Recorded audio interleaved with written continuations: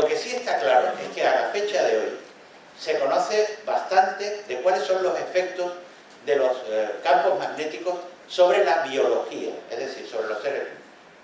De hecho, la comprobación de esos efectos biológicos son los que dan la pauta para luego la aplicación terapéutica.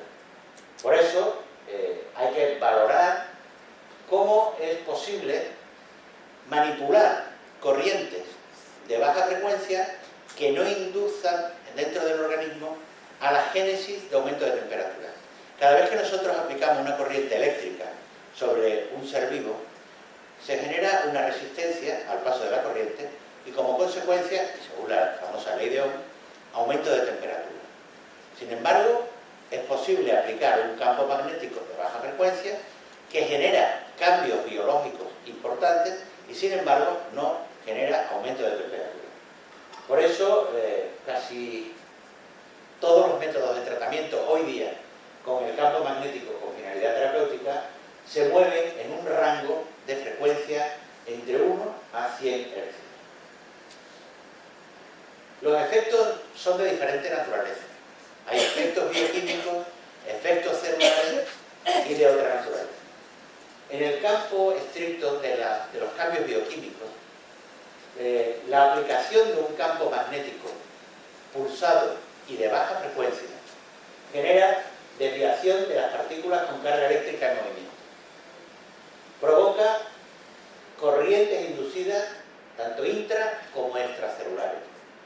Además tiene un efecto, insisto, que ya se viene valorando desde hace varios años, de carácter piezoeléctrico que es capaz de modificar tanto el comportamiento del metabolismo óseo como del colágeno y del tejido intersticial.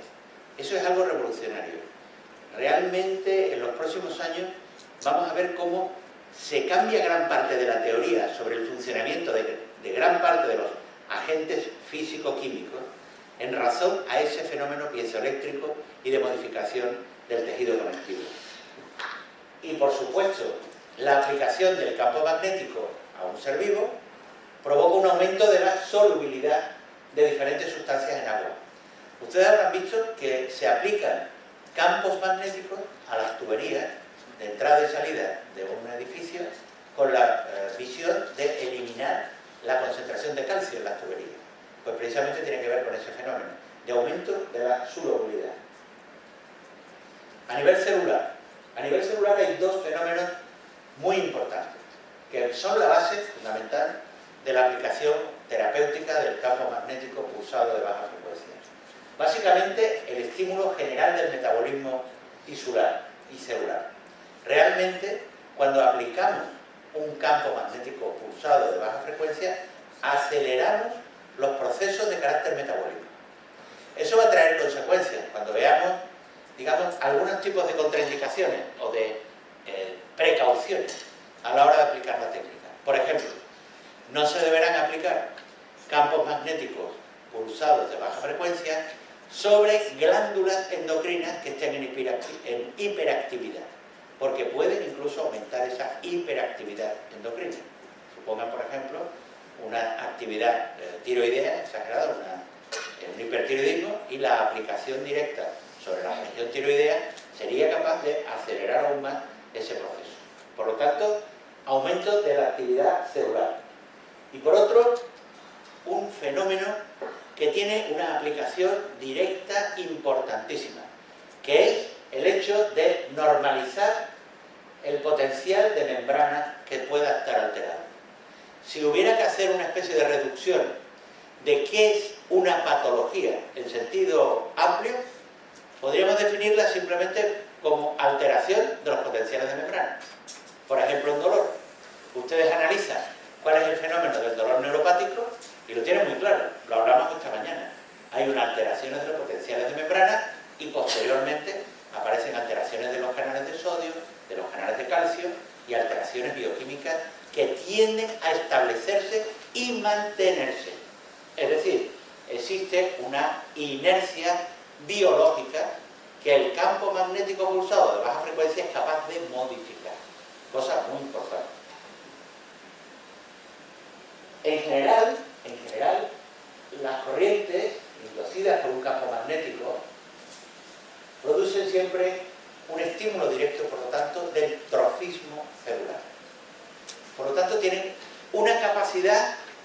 definir con un término genérico: capacidad regenerativa. Ese sería el concepto importante sobre el que vamos a basar gran parte de los mecanismos y, por supuesto, de las indicaciones de la magnetoterapia pulsante de baja frecuencia. Y eso se transcribe directamente por un incremento de la síntesis de ATP, del AMP cíclico y la expresión de genes a través del ADN. También tiene su importancia. Hay ciertos procesos tumorales en los que hay que tener vigilancia respecto a la aplicación del campo magnético pulsado. De hecho, son indicaciones relativas, evidentemente, ¿no? Pero que siempre tienen que estar bajo supervisión médica cuando se dé el caso de una neoplasia maligna activa. Por eso, hay un aumento de la multiplicación celular, hay un aumento de la síntesis proteica y de la producción de prostaglandinas, con un efecto contrario al efecto inflamatorio.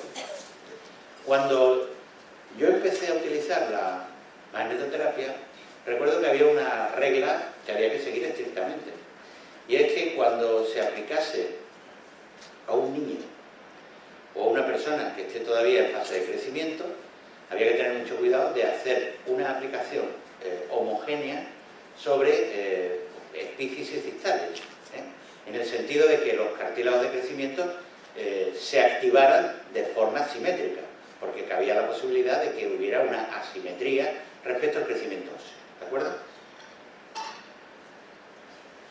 He ahí la cascada de acontecimientos que van a basar gran parte del mecanismo general, ¿no? Y está en relación con la famosa proteína G, que ya conocen ustedes, ¿no? Es decir, el efecto sobre el adenylato cislasa, la fosfolipasa, la acción sobre el segundo mensajero y, posteriormente, la respuesta celular.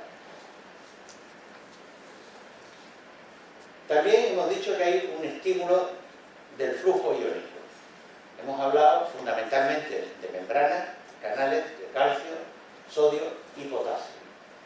Claro, eso tiene valor en tanto en cuanto, si está alterado, la aplicación del campo magnético pulsado de baja frecuencia va a normalizar esos canales. Eso nos permite valorar de forma cuantitativa y cualitativa el efecto sobre el potencial de membrana globalmente hablando. Concretamente, ustedes saben que el potencial de membrana en condiciones normales se mueve entre menos 60 y menos 90 milivoltios. Pues bien, ese potencial que se mantiene con carácter activo y que requiere la expulsión al exterior fundamentalmente del ion sodio, es el que penetra espontáneamente dentro de la célula y pone en marcha la bomba de sodio. Cuando hay una circunstancia patológica, esa bomba de sodio no actúa y entonces aparece un aumento del sodio intracelular y la aparición del edema como manifestación, es decir, el edema entendido también como inflamación. ¿De acuerdo? Por eso, en esa situación, la aplicación del campo magnético pulsado de baja frecuencia es capaz de modificar ese potencial de membrana y evitar ese acúmulo de ion sodio intracelular y eliminar el edema o la inflamación. Vamos entonces a analizar de forma un poquito más concreta cuáles son sus efectos en órganos y sistemas. Hablando de músculos, llevamos parte de la jornada de hoy hablando de la importancia de los síndromes miofasciales. Esta misma mañana hemos estado viendo al doctor Sánchez del Águila y yo, una paciente que tengo en el hospital, que es una representación como muy viva de hasta dónde se puede llegar en un síndrome miofascial. Una chica que lleva la friolera de 14 años, sufriendo todo tipo de intervenciones, todo tipo de procesos exploratorios negativos, con un dolor terrorífico, tanto a nivel lumbar como a nivel de fosa ilíaca, y todo el problema está en un grupo de músculos, es decir, del iliosoas, del cuadrado lumbar y del grupo rotador de la cadera. Sin embargo, no se entiende que el dolor pueda estar generado por un músculo. Hay que buscar un problema renal, un problema ginecológico, un problema digestivo, etcétera, etcétera. Todas las pruebas, evidentemente, son negativas. Durante 12, 14 años se le han hecho todo tipo de pruebas, laparoscopias, resonancias, TAC, ecografías, negativas, pero no se ha resuelto el problema del dolor. Y es que el músculo es una fuente inagotable de dolor, que además, curiosamente, no responde fácilmente al empleo del analgésico convencional. Ustedes verán cómo hay contracturas musculares que se resisten al tratamiento analgésico convencional. Pues bien, el campo magnético tiene un efecto muy importante sobre la relajación muscular, basado fundamentalmente en la disminución del tono simpático, y esa actuación sobre la fibra estriada es un efecto relajante, descontracturante sobre el músculo esquelético. No solo sobre el músculo estriado, también sobre el músculo liso. Al fin y al cabo también son alteraciones de los potenciales de membrana. Por eso es capaz de actuar sobre espasmos digestivos, vías biliares, vías urinarias, incluso en el broncoespasmo. A nivel vascular, por el mismo mecanismo que se produce la relajación del músculo liso o el estriado, evidentemente la íntima de las arterias es capaz de verse influenciada por ese campo magnético. Por eso la capa muscular lisa periarterial queda influida por el campo magnético pulsado, de tal manera que, demostrable termográficamente, se producen dos efectos. De un lado, una hiperemia en la zona donde se aplica el campo, de donde se deduce un elemento muy importante, y es que nos puede ayudar en la resolución de problemas de isquemia periférica y sobre todo de recuperación de alteraciones tróficas por obstrucción vascular o espasmo vascular. Y además de eso, el efecto global sobre la relajación de la íntima de todas las arterias, es decir, un efecto de descenso de la tensión arterial, es decir, un efecto hipotensor. Por eso, lo importante del efecto hiperémico es que va a tener un efecto trófico, como hemos dicho, por ejemplo, para resolución de úlceras, un efecto antiinflamatorio que incluso va a facilitar la llegada de elementos celulares de defensa directa y evitar infecciones, y efectos de regulación general circulatoria. Una aplicación importante, por ejemplo, en el angioespasmo del Raynaud e incluso de los edemas por retorno venoso alterado. Otro efecto biológico observado en el laboratorio respecto a la aplicación del campo magnético pulsante es el aumento de la presión parcial de oxígeno a nivel de los tejidos sometidos a estímulos de ese campo. Ese es un efecto demostrado ya por Wagner en cuanto al aumento de la disolución del oxígeno atmosférico y a nivel del agua tisular, por lo tanto en el plasma sanguíneo. Ese aumento local de la circulación conduce a un mayor aporte de oxígeno y por lo tanto favorece que mejore el trofismo de los órganos donde se está aplicando. De hecho, fíjense, en la fibromialgia, por ejemplo, se sabe hoy día que hay una alteración bioquímica importante a nivel de la cadena respiratoria mitocondrial. Por lo tanto, gran parte del mecanismo del dolor muscular no es solo el espasmo, sino también la falta de aporte de oxígeno a nivel celular de la estructura fibrilar muscular. Por eso, la aplicación de este tipo de técnicas de magnetoterapia provoca un efecto increíblemente eficaz sobre procesos difusos, ¿no?, del aparato musculoesquelético, como es el caso de la fibromialgia. Y sobre el hueso, bueno, yo creo que de todo lo que puede valorarse a nivel de evidencia y publicaciones respecto al campo magnético, hay algo que sí está claro, desde hace ya casi un siglo, y es que la aplicación sistemática de un campo magnético pulsado es capaz de modificar el comportamiento del desarrollo del callo óseo de fractura.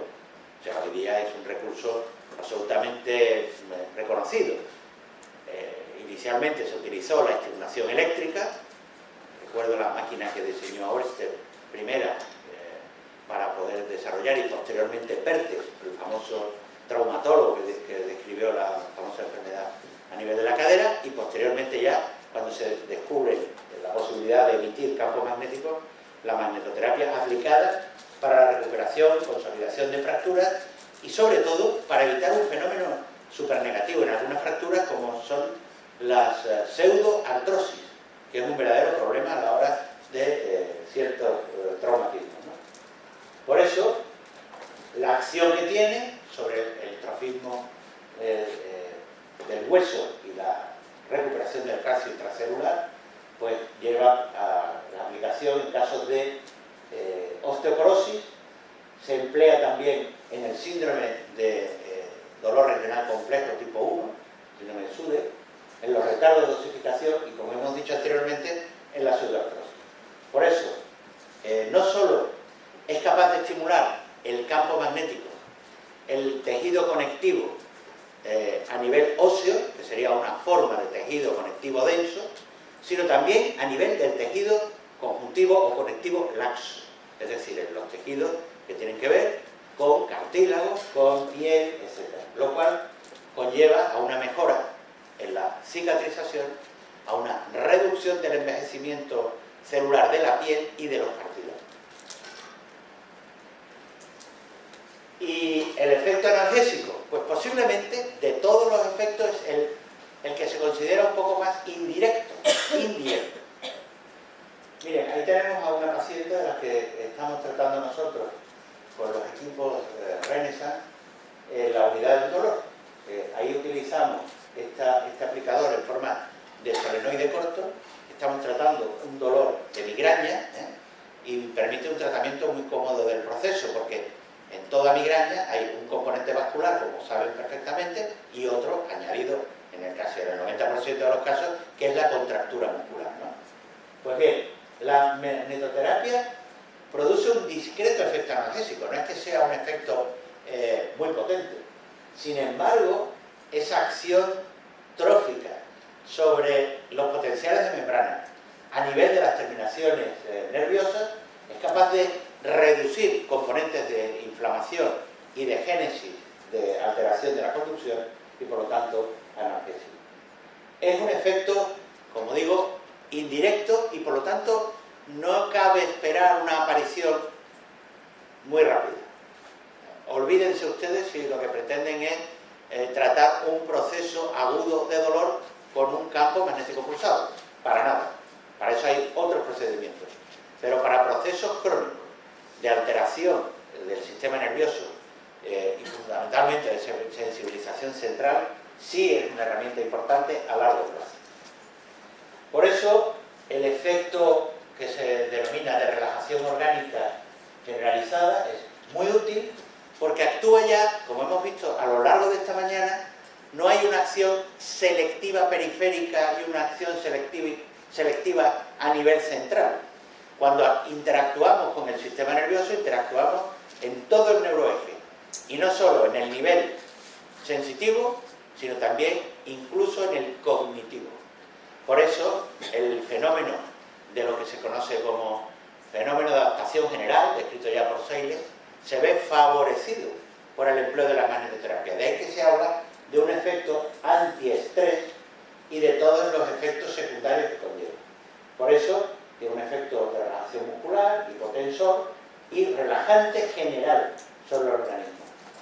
Es decir, es una técnica que no solo va dirigida ya a un fenómeno puramente trófico, concreto, sino que mejora las condiciones de sueño, las condiciones de afectación emocional, incluso algunos cuadros de intranquilidad y estados de ansiedad, como hemos dicho, ¿no? De ahí que no puede descartarse un efecto global, como ocurre con gran parte de las terapias físicas. De hecho, la acupuntura, ustedes saben, que no solo actúa controlando el dolor, sino que uno de los grandes efectos que tiene es la estabilización emocional del paciente a través de la sesión. Y vamos a hablar ya de cuestiones ya más prácticas. No pretendo yo abordar aquí el tema, porque es un tema muy profuso, habría que analizar indicación por indicación, lo vamos a intentar hacer globalmente. Miren, hablando de frecuencias, que son las típicas preguntas. ¿Qué parámetro hay que usar para obtener este efecto o qué parámetro para utilizar otro? Fenómeno que, por ejemplo, en acupuntura y concretamente en electroacupuntura hemos conseguido ya superar. A mí me sigue sorprendiendo cómo publican trabajos de electroacupuntura donde dicen, como esta mañana escuché, que refirió concretamente Jorge Bach, un artículo en el que hablaba densa dispersa a 20 ciclos por segundo. Eso hoy día es impensable. Después de los trabajos de Hans Schissel, que demuestra que hay una densa dispersa a 2 ciclos, 100 ciclos, luego baja frecuencia 2 ciclos, 15 ciclos y 100, no hay que dudarlo. Pues en magnetoterapia prácticamente ya está ocurriendo lo mismo. Mire, hay básicamente 4 programas de lo que se denomina fenómenos de regeneración, que hemos estado comentando, difuso, con unos tiempos de aplicación aproximadamente de alrededor de 30 minutos y que, bueno, se mueven en frecuencias que van dando saltos cada 5 segundos, de 5 a 45 durante 3, en el caso de regeneración 1, de 2 a 25 en el 2, 35 a 60 en el 3 y una más compleja, también modulable, que va moviéndose a lo largo de todas las escalas hasta llegar a desarrollar un fenómeno durante 3 a 15 minutos. Eso sería la frecuencia. Por eso, cada una de ellas es un programa de aplicación directa. Aquí no estamos hablando de indicaciones precisas, estamos hablando de lo que serían elementos que vamos a emplear a la hora de elegir un programa para hacer un tratamiento. La Regenerativa 1 es un programa universal en procesos de regeneración celular y tisular, por ejemplo, sería indicado en procesos como la artrosis.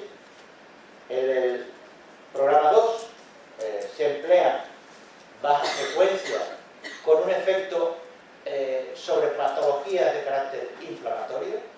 Por lo tanto, hay que tener en cuenta un fenómeno que aparece al cabo de una o 2 o 3 sesiones de magnetoterapia con este tipo de frecuencias, que es lo que se conoce con el nombre de efecto balneario. Ustedes habrán oído hablar de la hidrología médica y del termalismo, ¿no? Supongo. ¿Saben lo que es, verdad?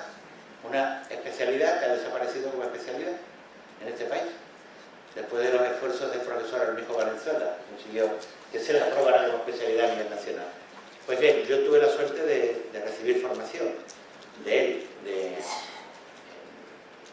año pasado, y recuerdo que uno de los elementos que define la reactividad a una cura termal es la crisis termal, que se produce a partir del 10º día yendo a un balneario. ¿Y cuál es esa crisis? Pues un empeoramiento. Hay gente que dice, me debe de haber sentado mal hacer esta cura hidrotermal, porque me duele más todo, tengo una sensación como de gripe, como si me fuera a poner malo. Pues bien, eso no es ningún mal síntoma, es simplemente que se está produciendo una readaptación biológica y por lo tanto hay una respuesta objetiva. Por eso hay que tenerlo en cuenta a la hora de que los pacientes, cuando pasan 2 o 3 sesiones con este régimen, nos comentan, oiga, a mí esto me parece que me sienta mal. No, hay que vencer esas etapas para conseguir efectos más estables. El régimen 3 aumenta el flujo sanguíneo y por lo tanto está, digamos, más dirigido a aumentar los nutrientes tisulares. Y el 4 sería lo que se llama programa wellness, es decir, tiene un efecto de relajación muscular. Sería el que emplearíamos en procesos como contracturas paravertebrales lumbares, cervicales, etc.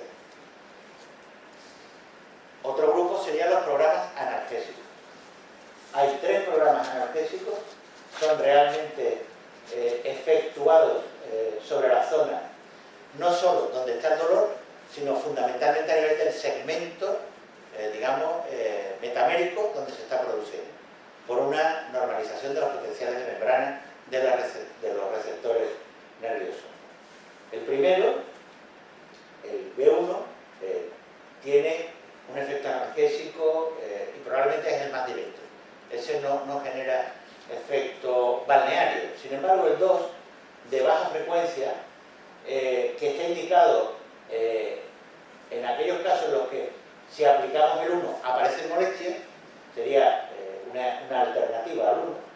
Y el concreto, el 3, tiene un efecto doble. Tiene un efecto analgésico y un efecto de carácter miorelajante. Por lo tanto, es un programa de una aplicabilidad muy amplia.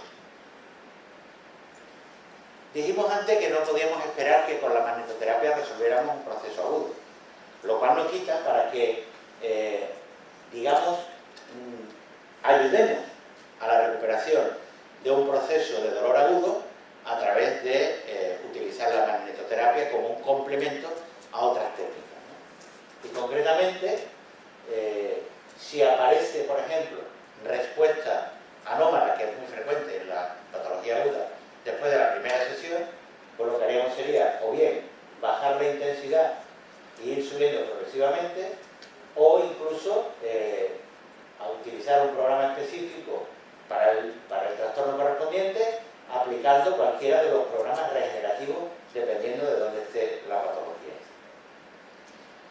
En los estados inflamatorios utilizaríamos combinaciones del programa analgésico al inicio del tratamiento para regular progresivamente y posteriormente o a la vez emplear el regenerativo programa 2. En el dolor crónico se aplicaría un programa específico según la patología, salvo cuando hubiera un brote de dolor. Actualmente nosotros estamos empleando para este tipo de situaciones el programa B1 o el B2 y una vez obtenido el alivio, pues ya seguimos con un tratamiento específico. Respecto a la pregunta del número de aplicaciones, la magnetoterapia no es una técnica como la acupuntura, que se puede dar una sesión semanal, cada 15 días, no. Requiere la insistencia en el tratamiento. Por eso hay opciones hacia los pacientes en cuanto a la posibilidad de que compren el equipo una vez que han obtenido beneficio estable y son procesos crónicos y lo autoapliquen, igual que hacemos con otras técnicas, como es el TENS. Es decir, nosotros actualmente, por ejemplo, en la unidad del dolor de Virgen del Rocío tenemos más de 900 TENS en seguimiento, es decir, se le ha entregado al paciente, se le ha entrenado y se le ha explicado cómo tiene que usarlo y realmente vienen a revisión para que confirmemos que lo están usando adecuadamente, ¿no? Pues con el tema este es igual, es decir, no cabe decir que voy a dar una sesión, venga usted dentro de una semana y a ver cómo sigue, no, hay que hacerlo a diario, durante periodos de 30 minutos, 20 minutos, con un número mínimo para obtener un resultado estable de 10 sesiones, sobre todo cuando estamos hablando de enfermedades crónicas en las que en un momento dado se hace igual que en la acupuntura. Se da un ciclo de 10 sesiones, se hace un pequeño descanso y después se recupera otro ciclo más. Aquí tienen los tiempos de aplicación dependiendo de qué tipo de régimen estamos empleando y aquí para recordarles cuál es la frecuencia en la que se está moviendo aproximadamente. También lo tienen en los apuntes, no requiere más tiempo. Y para terminar vamos a hablar de contraindicaciones. Claro, esto parece que es una panacea y no lo es. Tiene sus indicaciones, tiene sus contraindicaciones que pueden ser de dos tipos. Absolutas, es decir, esto no se le puede aplicar, y otras que son relativas. En la absoluta, desde luego, es la imposibilidad de aplicarlo en una persona que lleve un marcapasos o lleve un implante coclear o un neuroestimulador. Es decir, para personas que llevan implantes de carácter eléctrico o bioeléctrico no se pueden emplear. Durante el embarazo no hay ninguna información que diga que no se puede emplear, pero decimos igual que con la toxina botulínica. Sabemos que no atraviesa la barrera hematoencefálica y sin embargo decimos no se le da ni a la mujer embarazada ni a la lactante, pues por precaución no se emplea. También hay que tener precaución en procesos de carácter hemorrágico. Dijimos anteriormente que provoca una dilatación vascular, luego hay que valorar el riesgo-beneficio de aplicar la magnetoterapia en esos cuadros. Y en casos en los que el dolor no sea conocido, pero bueno, eso ya es un principio básico de la medicina. Lo que no está indicado está contraindicado. Las relativas, pues son situaciones en las que fundamentalmente la lógica y la decisión del médico deben primar. Y en este caso, como hemos comentado anteriormente, la hiperfunción de glándulas endocrinas, para no aplicarlo sobre la glándula que está en hiperactividad, en los tumores diagnosticados después de una operación de algún tumor maligno o en los tratamientos de quimioterapia o radioterapia, tiene que ser valorada estrictamente por el médico que lleva el caso. En los procesos de carácter infeccioso o con hipertermia añadida, en la tuberculosis activa, por aquello de que provoca un aumento del flujo, en un momento dado puede ser un fenómeno de contaminación en tejidos circundantes sanos, en enfermedades en las que hay tendencia a las crisis convulsivas y siempre bajo control del neurólogo. Por último, en algunos tipos de micosis, aunque se puede utilizar una pomada a la misma vez, una hormonal antifúngica, a la misma vez que se emplea la magnetoterapia, y por supuesto, hemos dicho, con la radioterapia o otros agentes físicos, salvo concretamente el láser, incluso la aplicación de la acupuntura. De hecho, nosotros en nuestra actividad diaria en el hospital lo estamos empleando a la par, es decir, estamos haciendo la estimulación magnética y a la misma vez estamos haciendo el tratamiento con la acupuntura. Y nada más, eso era todo.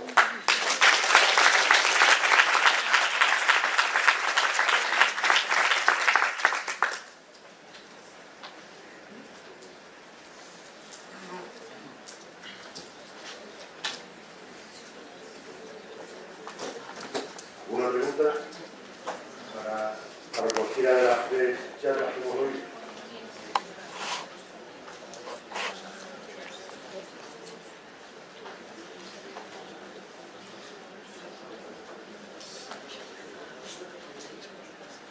Bien, pues entonces pasamos a tomar un café. Que está todo señorito. Sí, importante.